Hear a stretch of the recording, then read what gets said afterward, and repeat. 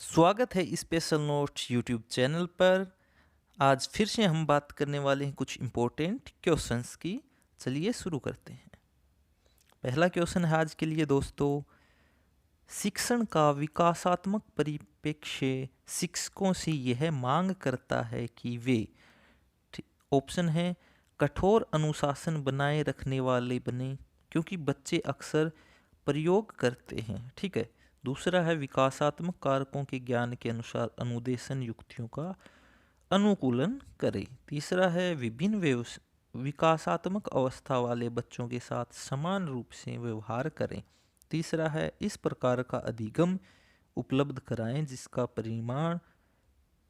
परिणाम केवल संज्ञानात्मक क्षेत्र के विकास में हो। देखिए, बात करते हैं। जो क्वेश्चन है उसमें पूछा गया है कि development prospective of teaching demand teacher to, जो विकासात्मक परिप्रेक्ष्य है शिक्षण का, वो शिक्षकों से क्या मांग करता है? कठोर अनुशासन बनाए रखने की बात करता है? बिल्कुल ऐसा नहीं है। तो ऑप्शन नंबर, मतलब ऐसी बात तो, नेगेटिव चीज़ तो अपने को लेनी ही नहीं है। ठीक है, तो ऑप्शन नंबर 1 हम कट कर देते हैं, हटा देते हैं। दूसरा है क्योंकि टीचर स्ट्रिक्ट बन के कोई काम नहीं करवा सकता है। ठीक है। दूसरा है विकासात्मक कारकों के ज्ञान के अनुसार अनुदेशन युक्तियों का अनुकूलन करे। बात यह है, जो इंस्ट्रक्शन बच्चों को दे रहा है टीचर, वो टीचर किस प्रकार की इंस्ट्रक्शन स्ट्रेटजीज जो हैं वो किस प्रकार की यूज करे। वो मान लीजिए जो टीचर होता है उसने विकासात्मक जो गुण है, विकास किस प्रकार से होता है, वो सारी चीज़ें मतलब टीचर को नॉलेज होती है। ठीक है। तो प्रयोग करके उन सब चीज़ों का प्रयोग करके बच्चों के अनुसार जो अनुदेशन, मतलब जिस चीज़ में बच्चे अच्छे से समझ सकते हैं, जो स्ट्रेटजी बच्चों के लिए उपयुक्त है, उनका प्रयोग करना सही है। ठीक है। तो ये बात तो बिल्कुल सही है। तीसरी बात है विभिन्न विकासात्मक अवस्था वाले बच्चों के साथ समान रूप से व्यवहार करें। इसका मतलब ये है कि जो सभी बच्चे हैं, चाहे वो कम आईक्यू वाला हो, ज़्यादा आईक्यू वाला हो, मतलब उसके सीखने की दर कम है ज़्यादा है, सभी को एक समान, यानी सभी बच्चों को एक साथ लेकर चलना। बट ये पॉसिबल नहीं है, सभी बच्चों में इंडिविजुअल डिफरेंसेज होते हैं, एक लाठी से हम सभी को नहीं हाँक सकते। ठीक है। तो ये बात भी हम गलत कर देते हैं, हटा देते हैं ऑप्शन। लास्ट है इस प्रकार का अधिगम उपलब्ध कराएं जिसका परिणाम केवल संज्ञानात्मक क्षेत्र के विकास में हो। बिल्कुल नहीं। आजकल जो है होलिस्टिक करिकुलम की बात चलती है, इसमें जो दिया गया है ये है कोग्नेटिव, ओनली कोग्नेटिव, यानी पढ़ाई पढ़ाई। संज्ञानात्मक क्षेत्र का मतलब वही हो गया कि जो लर्निंग है वो सिर्फ पढ़ाई होती है। ठीक है। जिससे दिमाग में आपकी बातें पढ़ाई जाती हैं और दिमाग में जो पढ़ाई है वही भरी जाती है। इसमें कोई खेल कूद, एक्स्ट्रा करिकुलम एक्टिविटी या और जो डेवलपमेंट के एरिया हो उनके ऊपर कोई ध्यान नहीं दिया जाता, ओनली कोग्निटिव के ऊपर ध्यान दिया जाता है। तो ये भी हम हटा देते हैं। तो ऑप्शन नंबर जो बी बचता है वो इसका सही आंसर हो जाएगा। उम्मीद है अच्छे से समझ में आ रहा होगा। नेक्स्ट क्वेश्चन बात करते हैं।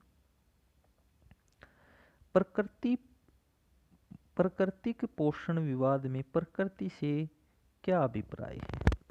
प्रकृति पोषण मतलब नेचर नर्चर जो डिबेट होती है उसमें प्रकृति से क्या अभिप्राय है? प्रकृति मतलब हेरिडिटी। ठीक है। प्रकृति मतलब जो हेरिडिटी होती है, यानी नेचर जो होता है, नेचर और नर्चर जो डिबेट होती है, इसमें देख लीजिए नेचर और नर्चर जो डिबेट होती है, तो नेचर क्या होता है? हेरिडिटी, और नर्चर यानी पोषण, इन्वायरमेंट। ठीक है। तो इसमें सीधा सा पूछा है प्रकृति से क्या अभिप्राय है? हमारे आसपास का वातावरण, ये तो क्या हो गया? इन्वायरमेंट हो गया, यानी नर्चर हो गया। जैविकीय विशेषताएं या वंशानुक्रम सूचनाएं, बायोलॉजिकल जो अपने जीन्स वगैरह होते हैं, हेरिडिटरी फैक्टर होता है, वो उसको बोलते हैं प्रकृति या नेचर। तो ऑप्शन नंबर बी इसका सही हो जाएगा। या फिर आगे देख लेते हैं। एक व्यक्ति की मूल प्रवृत्ति, ये भी नहीं होगा। टेम्परामेंट ऑफ एन इंडिविजुअल, ये नहीं होगा। Complex forces of the physical and social word, यानी ये इन्वायरमेंट में आ जाएगा तो ये भी नहीं होगा। ठीक है, तो ऑप्शन नंबर जो बी है ये करेक्ट हो जाएगा। नेक्स्ट क्वेश्चन की बात कर लेते हैं। अभी हम डेवलपमेंट, ग्रोथ एंड डेवलपमेंट पे बात कर रहे हैं। बहुत सारे हमने क्वेश्चंस किए हैं, अभी कुछ और करेंगे। तो ये जो क्वेश्चन है ये सभी जगह काम आने वाले हैं और इनसे बाहर ग्रोथ एंड डेवलपमेंट में कुछ नहीं आएगा। ये 4-5 नंबर के जो क्वेश्चन हैं आपके बिल्कुल सही होने चाहिए।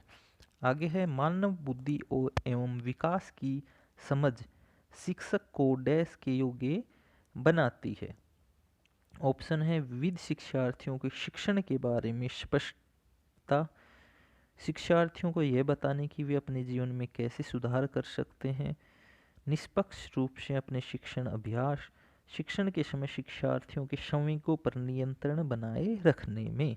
ठीक है, तो देखिए, ह्यूमन ग्रोथ एंड डेवलपमेंट अगर टीचर को पता है किस प्रकार होता है, उसके क्या प्रिंसिपल होते हैं, मतलब सारी चीज़ें उसको पता है, तो उसमें टीचर में क्या एबिलिटी आ जाएगी। देखिए, जो अलग अलग टीचिंग मेथड से पढ़ने वाले बच्चे हैं, यानी मान लीजिए एक बच्चा लेक्चर मेथड से अच्छा पढ़ता है, एक प्रोजेक्ट मेथड से अच्छा पढ़ता है, एक देख के सीखता है, एक प्ले वे मेथड से सीखता है, यानी अलग अलग बच्चों में सीखने की एबिलिटी है, डाइवर्स लर्नर्स हैं। ठीक है, अलग अलग तरीक़ों से सीखते हैं, अलग अलग तरीके से, अलग अलग सेंसेस से बातों को अडेप्ट करते हैं। ठीक है, अगर बच्चे को पता है कि किस प्रकार से सिखाने से बच्चा को फ़ायदा मिलेगा, इस एज ग्रुप के बच्चे को इस तरीके से पढ़ाने से फ़ायदा होगा, यानी कि जो विकासात्मक पहलू है वो टीचर को अच्छे से पता है, तो उनको और ज़्यादा बेहतर तरीके से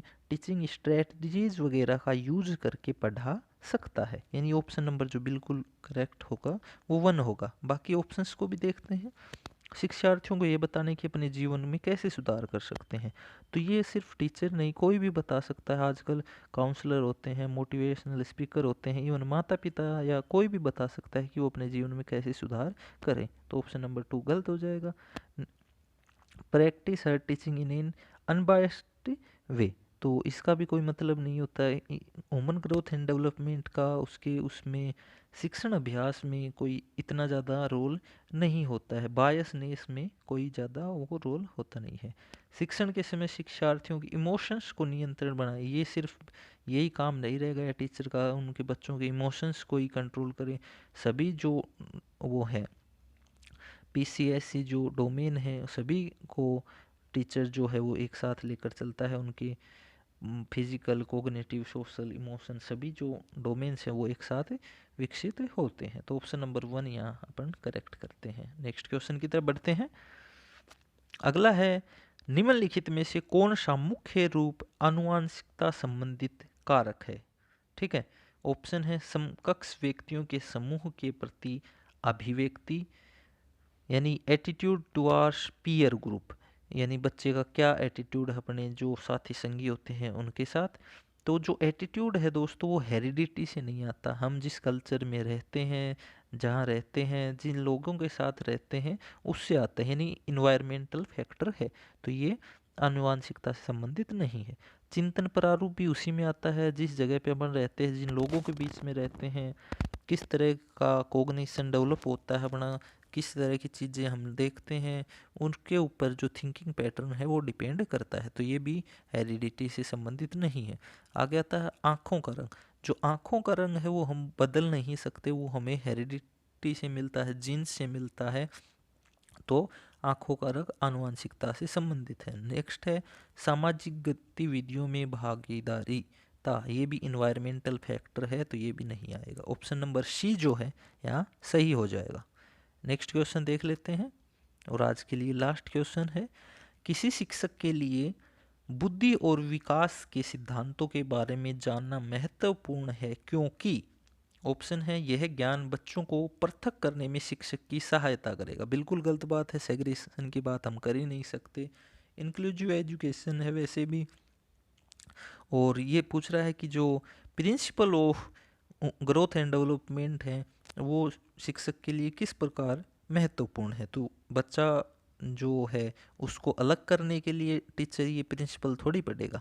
तो ऑप्शन नंबर 1 गलत है। यहाँ हटा देते हैं। दूसरा है शिक्षक अच्छा प्रभाव डालने में समर्थ हो सकता है, मतलब उसको इम्प्रेशन क्यों बनाना है, वो तो टीचर का काम है पढ़ाना, उसको डेवलपमेंट, बच्चों की डेवलपमेंट में सहायता करना, उसको सपोर्ट करना। ये थोड़ी है बच्चों के ऊपर इम्प्रेशन डालने के लिए शिक्षक आएगा। ऑप्शन नंबर बी भी हटा देते हैं। तीसरा है बच्चों को सीखने की उपयुक्त अवसर प्रदान करने में यह ज्ञान शिक्षक के लिए सहायक होगा। ये बात कहीं सही लग रही है, इसको होल्ड रखते हैं। तीसरा लास्ट देखते हैं, इससे बाल विकास एक लोकप्रिय पाठ्यक्रम बनेगा, यानी शिक्षक को नॉलेज है तो उस जो चाइल्ड डेवलपमेंट है ये एक पॉपुलर कोर्स बनेगा, ऐसा भी कोई मतलब ये कोई बात नहीं होती, तो इसको भी हम हटा देते हैं। ऑप्शन नंबर सी के साथ जाते हैं। ये बिल्कुल करेक्ट बात है कि अगर टीचर को principles of growth and development है पता है, तो वो बच्चों को